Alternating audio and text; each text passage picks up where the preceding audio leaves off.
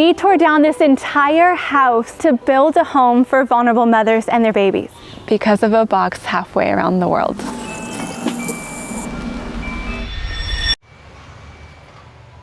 Here in Hawaii, Ohana is the center of the culture. It's the center of our island, but it's also the area that's been greatly attacked. This is Melissa and her family. And for the last 5 years, they've been fighting to see families restored in Hawaii.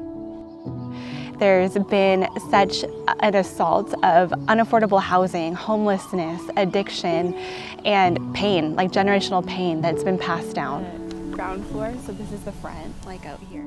It's a very empty feeling to wake up and you don't not have your child there with you, you know? Stacy and Declan were really living in such extreme poverty in a home that was unsecure and trying to be taken by many groups of squatters and those that were homeless. And all of that, the environment, the lack of safety led to the things that Declan was exposed to and ultimately why he was removed from her care. It's very hard to get back up on your feet and find the motivation to do what needs to be done, you know, to get them back. I remember praying this prayer, like, God, fill my house, fill my table, just like bring the forgotten in, make it a place where people find refuge and safety. And I began to realize that it wasn't just around me, it was actually in the house across the street, in my neighborhood, right here. And so we knew that we had to help. We couldn't help them make the choices that they did to get to that point, but we knew that it was time for us to rally and lift their arms up and do what they couldn't do on their own. And so we had over 50 people show up here. We ordered a couple of dumpsters from the community, from the city. We just got to work. And within a weekend, we were able to remove 3 dumpsters full of trash, repaint walls, clean the house, rebuild the deck, and make it a suitable place for a little boy to come home to. I'm going to be an emotional wreck all day, Melissa, so I don't know how much help I'm going to be, but just seeing you guys all here just makes me feel that, you know, I am worth it. You know, and I do deserve it. So. Yes. You know, everyone working together to get this done, to get my son back was, and it all happening the way it did was just like, you know what, I put my faith in him, you know, because it's just so amazing the things he can do and you don't even realize that it's happening and it's happening, you know. At that same time, I had kept on being reminded of the Baby Box documentary that I had seen years ago. And I remember seeing that documentary and knowing that Pastor Lee was carrying a similar anointing and that I had to go and see it.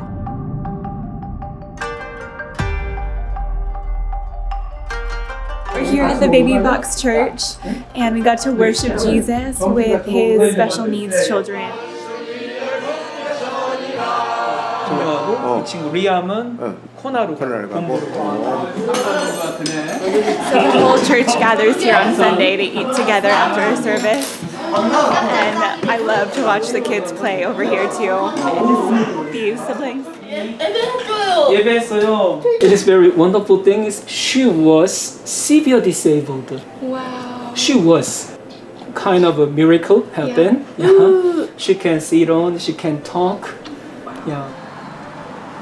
This traditional Korean tea, you always have to stop at a cafe.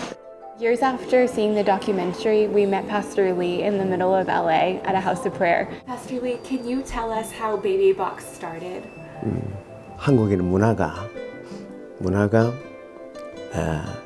이 미혼모들에 대한 품음이 아니고 이렇게 손가락질하고 돌 던지는 문화예요. 그러니까 낙태를 많이 하고 또 자살도 많이 하고. This right here is the baby box where the mothers come and they drop their babies. It's where they come when they're desperate for help, and when it opens up, the alarm sounds. So this is the baby room here at Baby Box. This room is open 24/7 for any postpartum or pregnant mom in crisis to come. What happens is there's an emergency crisis counselor that comes and sits down with the mom, and their goal is to make those moms feel so encouraged and loved, knowing that they did the best thing possible in coming here. So this is the baby care room, similar to foster care when the moms need support and they can't actually take baby home with them in that moment. The babies come here where they can stay for 1 to 6 months until a decision's made. And from here, many babies go back to their moms. Many are adopted into family. And it's such a special place. There's 5 babies here, 2 that came today. And out of the 5, 3 of them are going back to their mamas or going to be adopted into family. 그리고 두 번째 뭐죠? 이제 미혼모들은 왜 그렇게 멸시 천대를 받느냐? 이제 천대를 받는 멸시와 천대 받는 거 이제 말씀드렸죠. 그래서 그들이 법, 제도, 행정, 복지로 보호가 안 되니까 하나님은 미리 아시고 이 베이비하우스를 만드신 거예요. Years ago, I had a vision where the Lord showed me darkness covering the earth, and I began to see light popping up out of the darkness. And as I looked closer, I could see women holding babies, mothers coming to the light. And I knew that these places of light were gathering places of crisis intervention, places where mothers could come to find safety and support and to be raised up as mothers. I knew it was a place where babies were being protected and children were being placed into family.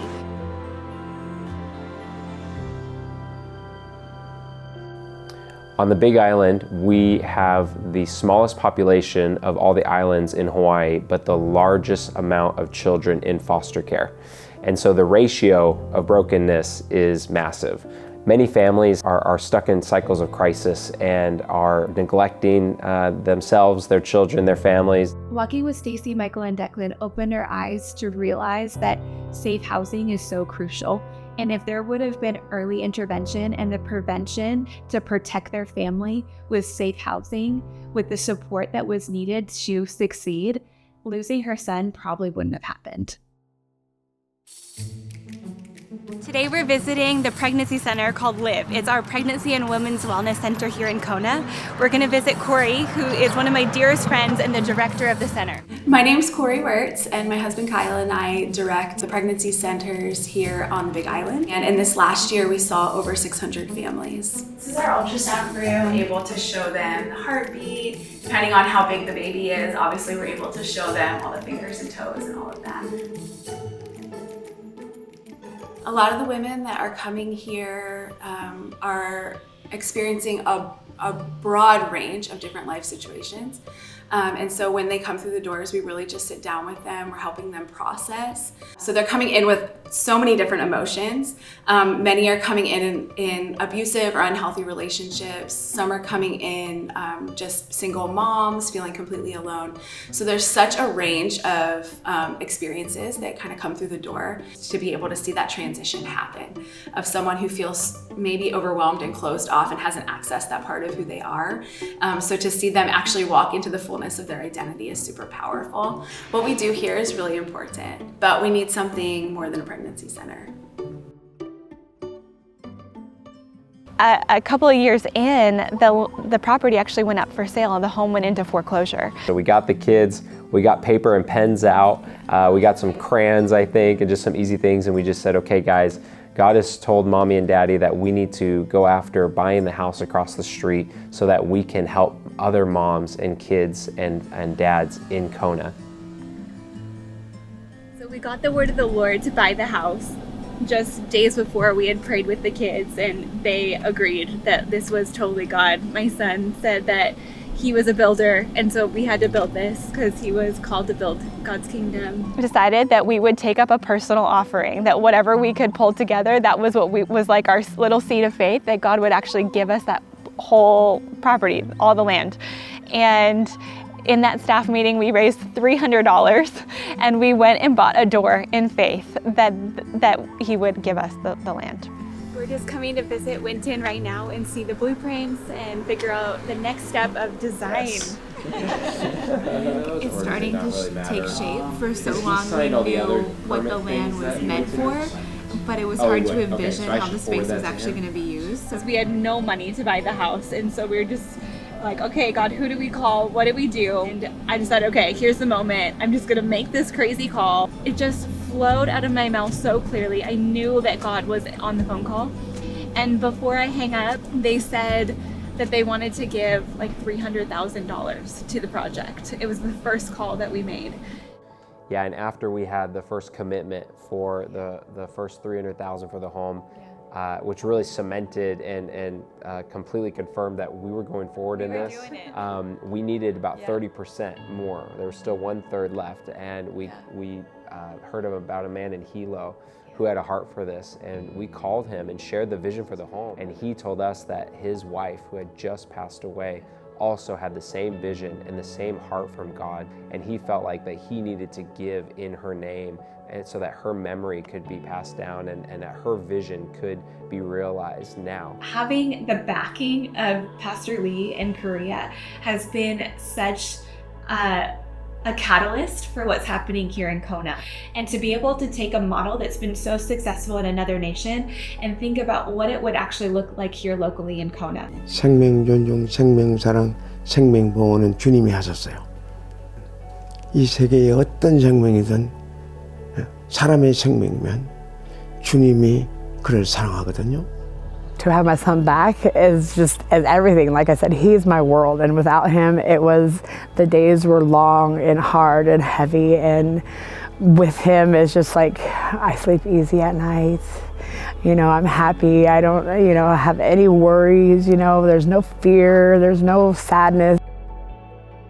To believing for it and seeing the release. Yeah. It's just been such a wild journey. Yeah, and now we just need the fuel to pour on this fire, for there to be space forever in Kona, for more families to be cared for more vulnerable women and children to come into a safe place that they know that they're going to be protected, that they're going to be cared for. This home exists to be a safe place, a place of belonging, a place of healing, a place of restoration. We're doing this to wrap around families in crisis, to safeguard the most vulnerable years, to protect the attachment between mothers and babies, and to raise up mothers in confidence in their God-given identities, and to set the next generation on the right path. We're doing this to restore family. We're so convinced that this vision is his, not ours, and this is just the beginning. This is the first homes of many, locally and in the nations.